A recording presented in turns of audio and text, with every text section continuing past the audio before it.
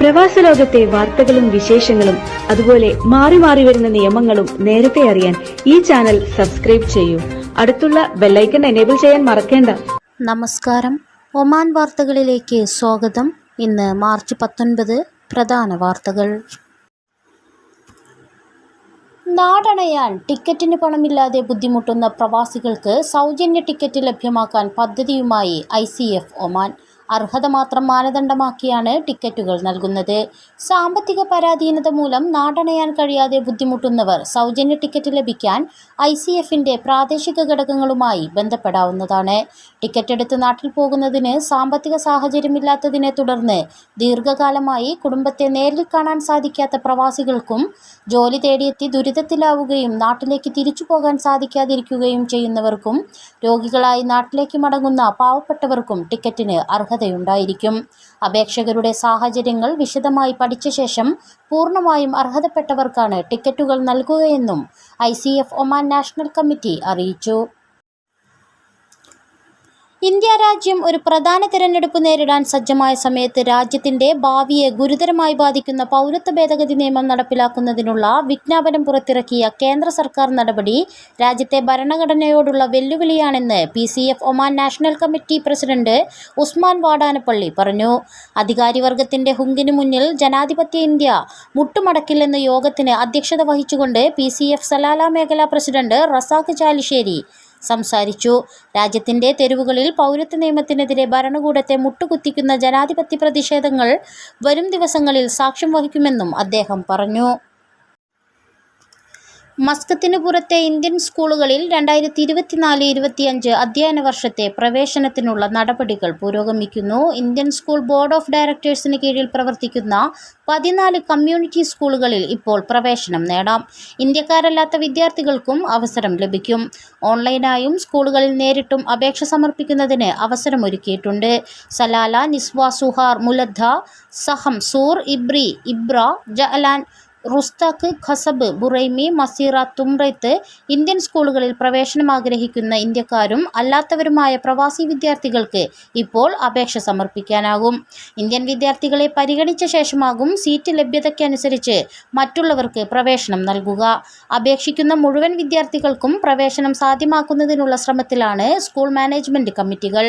2024 April 1-ന് 3 വയസ്സ് പൂർത്തിയായ കുട്ടികൾക്കായിരിക്കും Kinder Garten പ്രവേശനത്തിന് അർഹതയുണ്ടാകുക.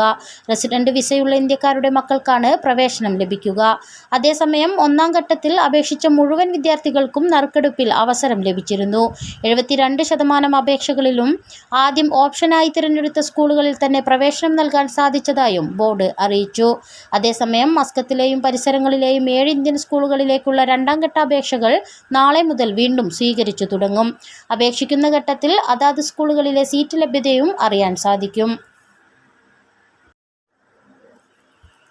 ഒമാൻ നമീബിയ 2020 ക്രിക്കറ്റ് പരമ്പര അടുത്ത മാസം മസ്കത്തിൽ നടക്കും. ആമിറാത്ത് ഒമാൻ ക്രിക്കറ്റ് അക്കാദമി ഗ്രൗണ്ടിൽ ഏപ്രിൽ 1 മുതൽ 7 വരെയാണ് 5 മത്സരങ്ങളടങ്ങുന്ന പരമ്പര. 2024 2020 ലോകകപ്പിന് യോഗ്യത നേടിയ ഇരു ടീമുകൾക്കും മികച്ച മുന്നൊരുക്കം കൂടിയാകും പരമ്പര. താരങ്ങൾക്കും ലോകകപ്പ് ടീമിൽ ഇടം നേടുന്നതിന് ആവശ്യമായ പ്രകടനം പുറത്തെടുക്കാൻ സാധിക്കും. 7 ദിവസങ്ങൾക്കിടയിൽ ഏപ്രിൽ 3, 6 തീയതികളിലൊഴികെ എല്ലാ ദിവസവും മത്സരങ്ങളുണ്ടാകും. ഉച്ചയ്ക്ക് 2:30 എല്ലാ ദിവസവും മത്സരങ്ങൾ ആരംഭിക്കും. ടൂർണമെന്റ് സ്ക്വാഡിനെ അടുത്ത ദിവസങ്ങളിൽ മുഖ്യ പരിശീലകൻ ദുലീപ് മെൻഡിസ് പ്രഖ്യാപിക്കും. അതേസമയം ഏപ്രിലിൽ ഉഗാണ്ടയിൽ നടക്കുമെന്ന് പ്രഖ്യാപിച്ചിരുന്ന 4 രാഷ്ട്രങ്ങൾ പങ്കെടുക്കുന്ന ടൂർണമെന്റ് റദ്ദാക്കി. നമീബിയയും നെതർലൻഡുമായിരുന്നു ഈ ടൂർണമെന്റിലെ മറ്റു ടീമുകൾ.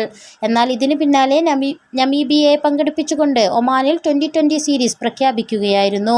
അടുത്തിടെ നടന്ന പാപ്പുവ ന്യൂഗിനിയയുമായുള്ള ഏകദിന 2020 സീരീസിൽ ഒമാൻ മികച്ച പ്രകടനം പുറത്തെടുത്തിരുന്നു.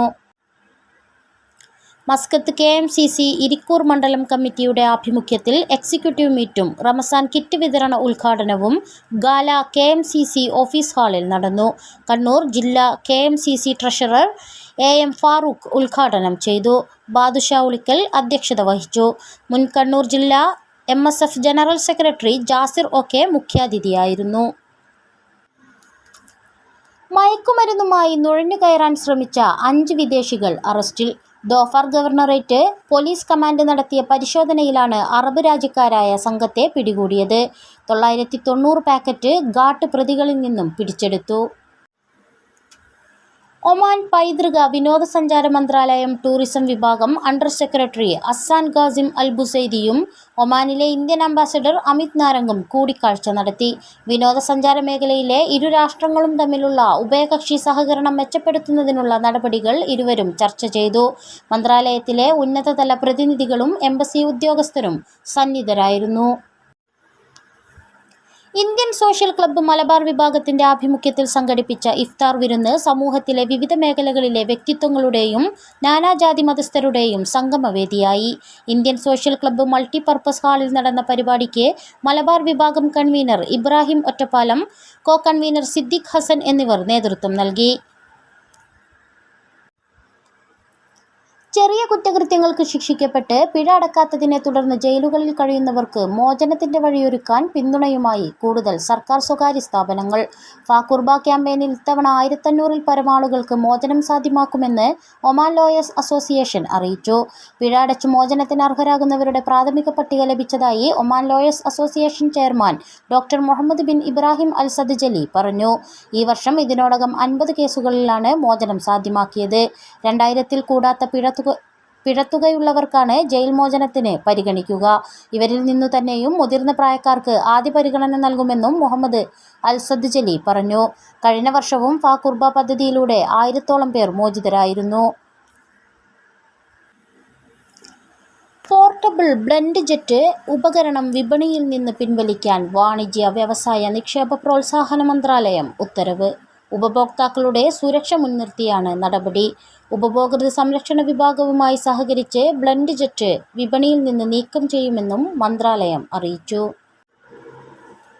സൂർ വിലായത്തിലെ കൽഹത്തിനെയും തിവിയയിലെ നിയാബത്ത് പ്രദേശത്തെയും ബന്ധിപ്പിക്കുന്ന മലയോര പാത കോൺക്രീറ്റ് ചെയ്ത് ഗതാഗതയോഗ്യമാക്കി വാർത്താവിനിമയ വിവരസാങ്കേതിക മന്ത്രാലയം. ഒമാൻ ഇന്ത്യ ഫെർട്ടിലൈസർ കമ്പനിയുടെ സഹായത്തോടെ റോഡ് വികസിപ്പിച്ചത്. നേരത്തെയുണ്ടായിരുന്ന മൺപാത വിശാലമാക്കിയാണ് കോൺക്രീറ്റ് ചെയ്ത് വാഹനങ്ങൾക്ക് പോകാൻ സാധിക്കുന്ന രൂപത്തിലാക്കിയത്.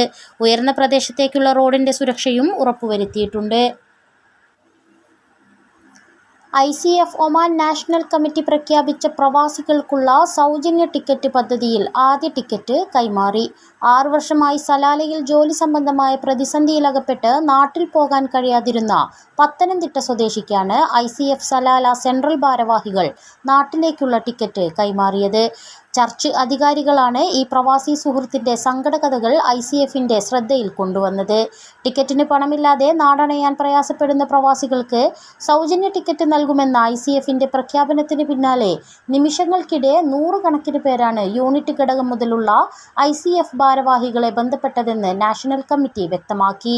ചെറിയ ടിക്കറ്റ് തുക കൈവശമില്ലാത്തതിന്റെ പേരിൽ പോലും നാട്ടിൽ പോകാൻ സാധിക്കാതെ ദുരിതമനുഭവിക്കുന്ന നിരവധി പേര് പ്രവാസലോകത്തുണ്ടെന്ന് വ്യക്തമായതായും ICFന് ലഭിച്ച അന്വേഷണങ്ങളെല്ലാം പരിശോധിച്ചു വരികയാണെന്നും അർഹതപ്പെട്ടതാണെന്ന് ബോധ്യപ്പെടുന്ന ആർക്കും ടിക്കറ്റ് നൽകുമെന്നും എന്നാൽ ഈ സൗകര്യം ചൂഷണം ചെയ്യപ്പെടുന്നില്ലെന്ന് ഉറപ്പുവരുത്തുമെന്നും നാഷണൽ ഭാരവാഹികൾ പറഞ്ഞു. പിന്തുണ വേണമെന്നഭ്യർത്ഥിച്ച് പാകിസ്ഥാനികളടക്കം ഗൾഫിലെ വിദേശികൾക്കും ഇന്ത്യൻ പ്രധാനമന്ത്രി നരേന്ദ്രമോദിയുടെ സന്ദേശം. ഇന്ത്യയിൽ ലോക്സഭാ തിരഞ്ഞെടുപ്പ് പശ്ചാത്തലത്തിൽ ഗൾഫിലെ ഇന്ത്യക്കാരെ ലക്ഷ്യമാക്കി അയച്ച സന്ദേശം വിദേശികൾക്കും ലഭിച്ചു. അർദ്ധരാത്രി ലഭിച്ച സന്ദേശം പലരെയും ചൊടിപ്പിച്ചു. ഇന്ത്യൻ പ്രവാസികൾ, സ്വദേശികൾ, ബ്രിട്ടീഷുകാർ, പാകിസ്ഥാനികൾ എന്നിവരുൾപ്പെടെ വിവിധ രാജ്യങ്ങളിൽ നിന്നുള്ള വ്യക്തികൾക്കും സന്ദേശമെത്തി. വാരാന്ത്യത്തിൽ ഒരു ഇന്ത്യൻ നമ്പറിൽ നിന്നാണ് സ്മാർട്ട് ഫോണുകളിൽ വാട്സപ്പ് സന്ദേശം ലഭിച്ചത്. കാബൂറ ബ്രീക്കിൽ ആലപ്പുഴ ജില്ലയിലെ ഹരിപ്പാട് സ്വദേശി സൗമ്യയ്ക്ക് റമസാൻ കാലം വ്രതമാസം തന്നെയാണ്. 15 വർഷമായി തുടരുന്ന നോമ്പ് ഈ വർഷവും തുടരുകയാണ്. കൃഷിയുടെ കാര്യത്തിനും 3 മക്കളുടെ സ്കൂൾ പഠനത്തിനുമായി പുലർച്ചെ 4 മണിക്ക് സൗമ്യ ഉണരും. റമസാൻ കാലത്ത് അതിന് ചിട്ട കൂടുതലാണ്. സുബഹി ബാങ്കിന് മുമ്പ് എന്തെങ്കിലും കഴിക്കണം. വെള്ളവും പഴങ്ങളോ കഴിക്കും. ഒമാനിലെത്തിയിട്ട് 15 വർഷമായി. അന്നു മുതൽ തുടരുന്ന പതിവാണിത്. ഈ കാലയളവിൽ 30 ദിവസം പൂർത്തിയാക്കാൻ പറ്റിയില്ലെങ്കിലും 20 മുതൽ 22 ദിവസങ്ങൾ വരെ എല്ലാ വർഷവും നോമ്പെടുക്കാറുണ്ടെന്ന് സൗമ്യ പറയുന്നു. സ്ത്രീകൾക്ക് നോമ്പ് നിർബന്ധമല്ലാത്ത ദിവസങ്ങളിൽ ഒഴിവാക്കാറുണ്ട്. ഈ വർഷം കാലാവസ്ഥയും അനുകൂലമാണ്. ഇതോടുകൂടി ഇന്നത്തെ വാർത്തകൾ ഇവിടെ പൂർണ്ണമാവുന്നു. കൂടുതൽ ഒമാൻ വാർത്തകളും വിശേഷങ്ങളുമായി നാളെ വീണ്ടും കാണാം. നമസ്കാരം.